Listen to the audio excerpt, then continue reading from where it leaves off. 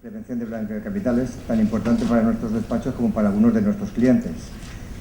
Don Ángel Chaparro, gerente de la Delegación de Levante de Prodasva, consultoría de protección de datos y prevención del blanqueo de capitales, además de clasificación empresarial, patrocinador habitual de nuestra asociación, nos dará información de los procedimientos que realiza su empresa, así como la forma habitual de colaboración. Y además nos presenta a nuestro ponente de hoy, bien conocido por vosotros, don Gregorio Labatut Seret, doctor en Ciencias Económicas y Empresariales, profesor titular de Contabilidad Financiera en la Facultad de Economía y especialista en la materia, por la gran cantidad de cursos y jornadas que desde la aprobación de la ley lleva dando. Ángels. Buenas tardes. Agradecer a la Asociación de Asesores Fiscales el hecho de que estemos aquí todos reunidos y también a vosotros por dadas las circunstancias con el tema de las rentas, que sé que vais de cabeza. Y bueno, comentaros que tenemos establecido pues un convenio de colaboración con unos precios estipulados de cara a todos vosotros en materia de lo que es protección de datos y prevención de blanqueo de capitales, enfocado pues tanto al profesional como al cliente, y estaremos encantados en poder prestar estos servicios en breve con todos vosotros. No me extengo más y le doy paso a Gregorio Labatut. Gracias.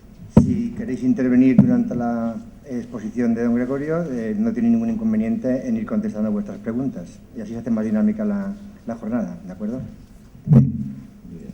Pues bueno, algo que no es nuevo, porque la ley de prevención de blanqueo de capitales pues es algo que ya viene arrastrando, ¿no? Lo hemos visto en muchas sesiones, pues cuáles son las obligaciones que tienen los sujetos obligados, y por lo tanto esto no es nuevo. Lo nuevo es el reglamento, el esperado reglamento, porque como sabéis la ley estaba sin reglamento, y en la propia ley en el año 2010, en el mes de mayo, cuando se aprobó, pues se decía en la disposición transitoria, en una disposición adicional, de que se instaba al Gobierno, en aquellos entonces el señor Zapatero, para que en el plazo de un año pues aprobase el reglamento, porque una ley sin reglamento, aunque esta ley es muy reglamentista en el sentido de que están muchas cosas muy desarrolladas, pero sin embargo también es cierto de que en algunas otras cosas pues lo dejaba en manos del reglamento, porque se decía que por disposición reglamentaria pues ya se verá un poco qué había que hacer con todo esto.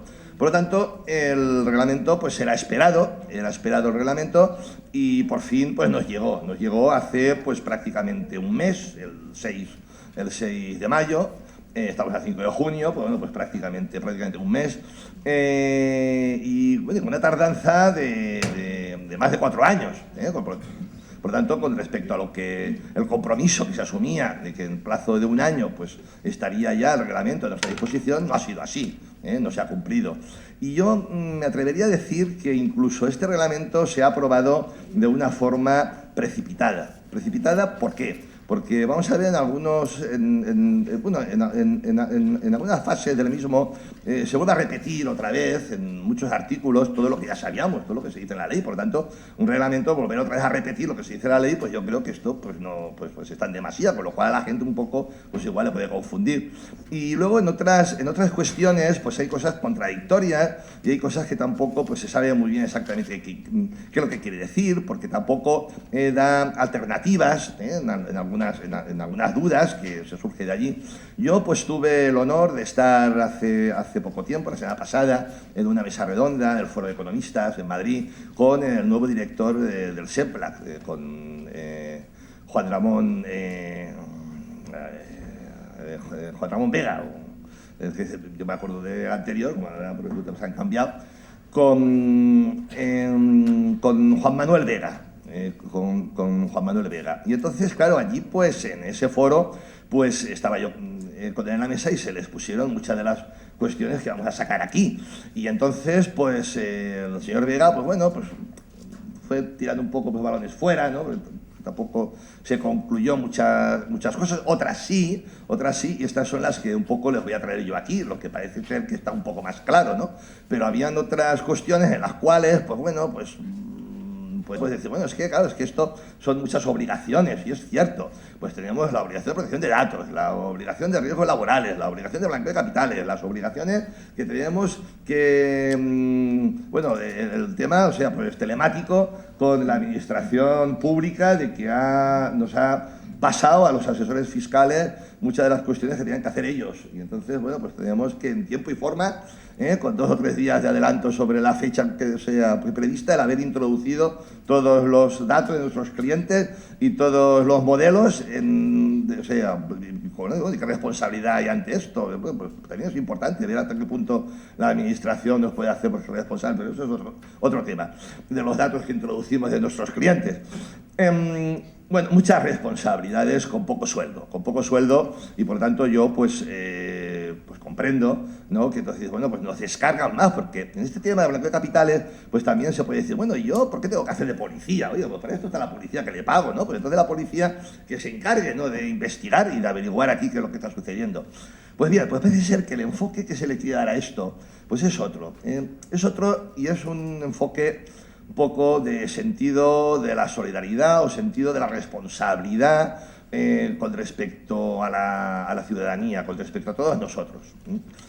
Bueno, algunos datos por ahí dicen que el crimen organizado mueve el 1,5% del PIB mundial y dice que el narcotráfico, los productos falsificados, también es un tema importante, los productos falsificados que estamos viendo por ahí que se venden en cualquier sitio, cada uno se gana la vida como puede, pero seguidos de otras actividades como la trata de personas, esto es muy grave.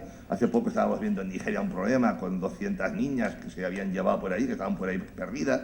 No estamos hablando de cosas que no debemos de tomar a la ligera. Los delitos medioambientales, el comercio ilegal del colmillo de elefante.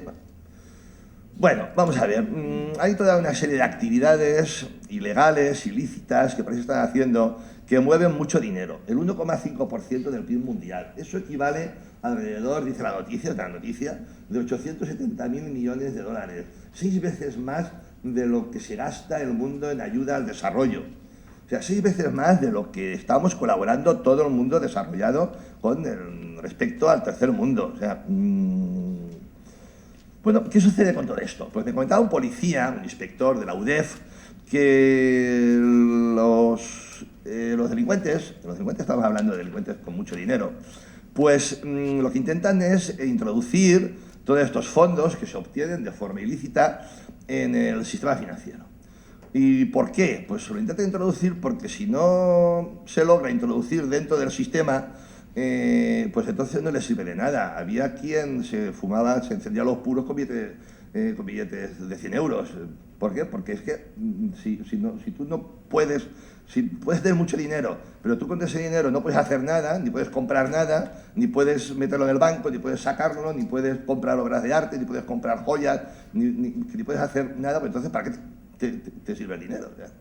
Estamos hablando también de personas, me comentaba el mismo inspector de policía, de que hicieron una redada, y entonces, pues bueno, pues aquí en Valencia, no voy a decir el nombre, pero bueno, pero fue en Valencia, vivían un súper chalet de estos que no nos imaginamos nosotros en la vida, por mucho que trabajemos, y mira que trabajamos. Pues bueno, pues esta persona que está en la cárcel ya, pues dice que había cotizado 39 días en su vida. Luego, la historia laboral es que había cotizado 39 días en su vida y vivía, bueno, algo serio. Entonces, quizá la gran pregunta que nos debemos de plantear es decir, bueno, y esto, la delincuencia organizada transnacional, a nivel internacional, pues es una de las 6 mayores amenazas a la estabilidad mundial. ¿Qué sucedería si resulta que todos estos dineros de procedencia ilícita e ilegal, donde hay mucha gente que sufre, que muere por ello? Porque está en una situación, pues estamos hablando de trata de blancas, estamos hablando de prostitución, estamos hablando de temas que son delicados, que son... ¿Vosotros pensáis que debemos de hacer oídos sordos a esto? ¿O pensar que esto no va conmigo? Yo paso de todo esto, me es igual a mí, pues que me paguen, no me tienen que pagar, y yo ya paso con todo esto. Pues no lo sé, nos debemos quedar impasibles. ¿Nos importa algo? Este es un problema grave, un problema grave a nivel pues, mundial. ¿Qué sucedería si todos nosotros, los sujetos obligados, que estamos obligados por la ley, pero que también, con independencia de lo que diga la ley, tenemos un deber pues, moral, un deber cívico. No hace mucho salió en la televisión un programa en el cual había una pareja de actores. Era de actores, no sucedía nada. Pero la gente no lo sabía. Y entonces estaba en una esquina ahí en Madrid y él estaba pegando una paliza a ella de miedo. Y entonces, claro, la gente que pasaba y se apartaba y se iba, esto no va conmigo. Y un taxista que iba, el señor del taxi paró el taxi en mitad de la calle y bajó. Pero bueno, ya está bien, ¿no? O sea, esto.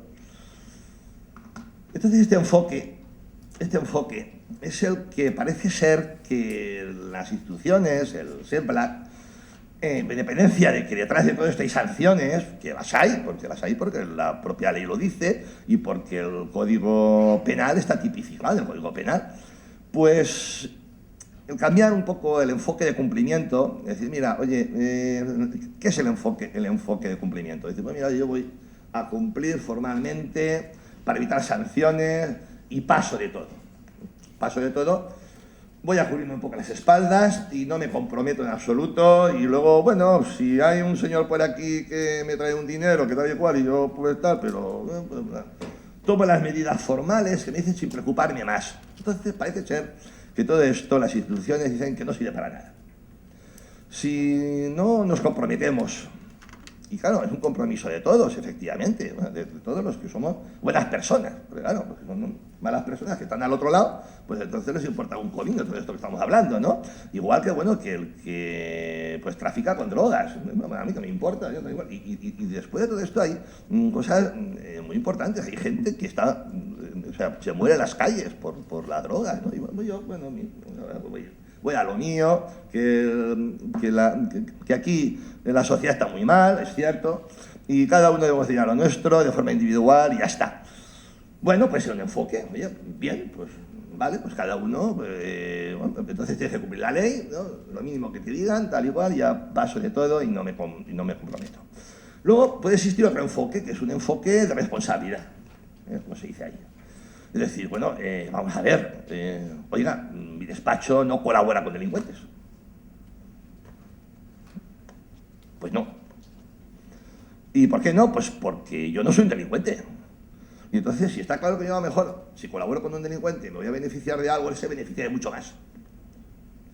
Y entonces, esto es un perjuicio para todos los demás. ¿Por qué? Porque mientras la delincuencia organizada pueda introducir el dinero en el circuito económico, pues habrá más dinero ilegal en el circuito económico y al final seremos todos ilegales. Entonces, oye, o somos todos ilegales y ya está, y se acabó ya el Estado, o colaboramos con el Estado. Y colaboramos en la medida que podamos, efectivamente.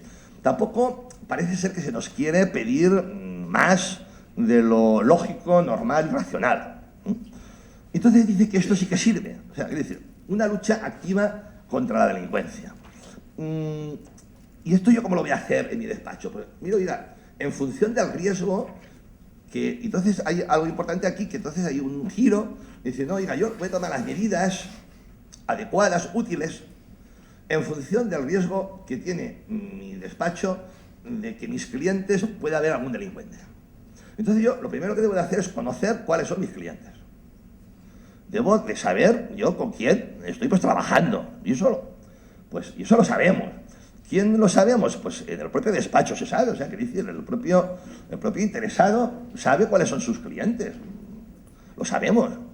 Y entonces decir, pues mira, oiga, pues yo voy a trabajar con personas pues que sean serias, con personas que sean serias, y no trabajo, pues eso es como hacen los auditores. Los auditores, antes de aceptar un trabajo, pues hace una evaluación del cliente. Y hace no mucho tiempo pues salió que Price pues no aceptaba los trabajos de auditoría de los clubes de fútbol por el riesgo que le suponía.